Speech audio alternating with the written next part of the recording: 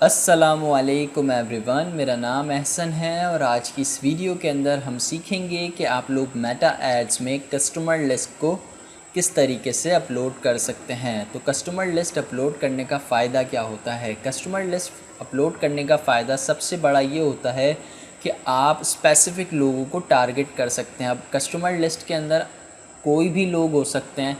Like अगर आपने recently कोई प्रोडक्ट ऐड रन किया था और कुछ लोगों ने उसको परचेज़ किया था और उसका डेटा आपके पास मौजूद है, तो आप उसको लिस्ट की शक्ल में बनाकर आप अपने मेटा एड्स में अपलोड कर सकते हैं। अपलोड करने के बाद आप अपना कोई नए प्रोडक्ट का ऐड जो है, अगर आप ई कॉमर्स में हैं तो नए प्रोडक्ट का जो ऐड है वो आप उन कस्टमर्स को दिखा सकते हैं। और भी बहुत सारी स्ट्रैटेजीज़ होती हैं जो कि कस्टमर लिस्ट अपलोड करके आप इम्प्लीमेंट कर सकते हैं और इससे फ़ायदा उठा सकते हैं। तो मैं इंशाल्लाह मज़ीद वीडियोस के अंदर कोशिश करूँगा कि कस्टमर लिस्ट को आप किस तरीके से यूटिलाइज़ कर सकते हैं। तो अभी जो फ़िलहाल वीडियो है वो है कस्टमर लिस्ट अपलोड के ऊपर, तो किस तरीके से आप प्रॉपर्ली कर सकते हैं। तो ये वाला पेज कैसे आता है? सबसे पहले आप लोग एड्स मैनेजर में जाएंगे। एड्स मैनेजर में जाने के बाद यहाँ पर आप देख सकते हैं ऑडियंसेस वाला सेक्शन है, इस पर आपने आना होता है। तो जैसे ही आप क्लिक करेंगे ऑडियंसेस वाले सेक्शन पे, तो यहाँ पर आपको ये क्रिएट ऑडियंस पे ले आएगा। मतलब ये जो पेज होता है ऑडियंस का, यहाँ पर ले आएगा। तो यहाँ पर आपने क्रिएट ऑडियंस पे क्लिक करना है। उसके बाद अब आप देख सकते हैं कि 3 तरीके की ऑडियंसेस होती हैं आपके पास। आपने कस्टम ऑडियंस पे क्लिक करना है। कस्टम ऑडियंस पे क्लिक करने के बाद अब आपके पास सोर्स आ रहा है, यानी कि योर सोर्स पूछ रहा है। तो हमारी जो सोर्स है वो है कस्टमर लिस्ट। अब हम इसको नेक्स्ट पे क्लिक करेंगे। नेक्स्ट पे जैसे ही आप क्लिक करेंगे तो आपके पास यहाँ पर कस्टमर लिस्ट फाइल जो होती है, यानी कि जो फेसबुक का अपना एक टेम्पलेट होता है, यानी कि उस टेम्पलेट के मुताबिक अगर आप अपलोड करते हैं अपनी कस्टमर लिस्ट को, तो आपका डेटा जो है ज़्यादा अच्छे तरीके से फैच होता है और ज़्यादा अच्छे तरीके से अपलोड हो सकता है। और ऑडियंस की, यानी कि जो आपकी कह लें कि एक रेंज होती है, वो अच्छी रेंज आ सकती है। क्योंकि कभी भी आप हज़ारों में अपलोड करते हैं तो वो एक फ़िक्स रेंज नहीं आती है। हमेशा जिस रेंज को आप अपलोड कर रहे होते हैं उससे कम ही आती है। तो यहाँ पर आप डाउनलोड फ़ाइल टेम्पलेट कर लें और उसके बाद जब आप इस टेम्पलेट को देखेंगे तो आपको बहुत ज़बरदस्त तरीके से एक आइडिया हो जाएगा। अब आइडिया क्या हो जाएगा कि आइडिया से आपको ये अंदाज़ा हो जाएगा कि मुझे कौन कौन सी डिटेल्स हैं जो कस्टमर्स की इंटर करनी है। सबसे पहली चीज़ यहाँ पर अगर आप देखें तो इंक्लूड एटलीस्ट 1 मेन आइडेंटिफायर।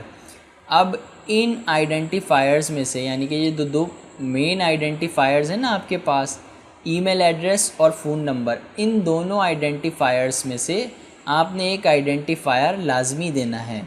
सही है? तो आपको जो है मैं रेकमेंड करूँगा, अगर तो आपके पास ईमेल अवेलेबल है तो आप अपने कस्टमर का ईमेल लाजमी दें, और अगर ईमेल नहीं है तो नंबर तो आपके पास ज़रूर होगा ही। और उसके बाद अगर फ़र्स्ट नेम अवेलेबल है तो फ़र्स्ट नेम दे दें।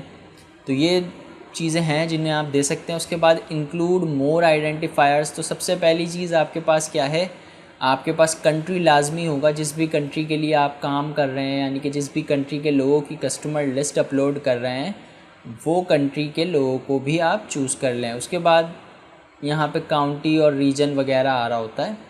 तो ये सारी चीज़ें आपके पास आ रही हैं। तो अब हम ये टेम्पलेट को देख लेते हैं कि जो फेसबुक की तरफ से हमें टेम्पलेट मिलता है किस तरीके से नज़र आता है। तो यहाँ पर एक ईमेल वाली लाइन आ रही है, 3 लाइंस आ रही हैं बेसिकली, आपने एक ही लाइन चूज़ करनी है। उसके बाद यहाँ पे फ़ोन वाली लाइन आ रही है। अब ये एक ही बंदे के 3-3 शायद नंबर हैं जो शायद इस वजह से यहाँ पर शो हो रहे हैं। तो आप एक फ़ोन वाली रख लें, एक ईमेल वाली रख लें। उसके बाद क्या कहते हैं, आपके पास FN का मतलब यहाँ पर फ़र्स्ट नेम है और LN का मतलब यहाँ पर लास्ट नेम है। उसके बाद फिर ज़िप कोड आ जाता है, फिर सिटी आ जाता है, फिर स्टेट आ जाता है, फिर कंट्री आ जाता है, फिर DOB यानी कि डेट ऑफ बर्थ आ जाती है। तो ये जो 2 चीज़ें हैं, डेट ऑफ बर्थ और डेट ऑफ ईयर, ये शायद जो है अवेलेबल हर किसी के पास नहीं होता, तो इसको आप स्किप कर सकते हैं। एज को आप स्किप कर सकते हैं क्योंकि आपको नहीं पता कि कस्टमर जो हैं आपके वो क्या एज के हैं, मतलब उनकी कितनी उम्रें हैं। तो इस तरीके से मतलब आपने जो है अपनी कस्टमर लिस्ट को फॉर्मेट कर लेना होता है, जिस तरीके से आपको मेटा एड्स एक टेम्पलेट प्रोवाइड करता है।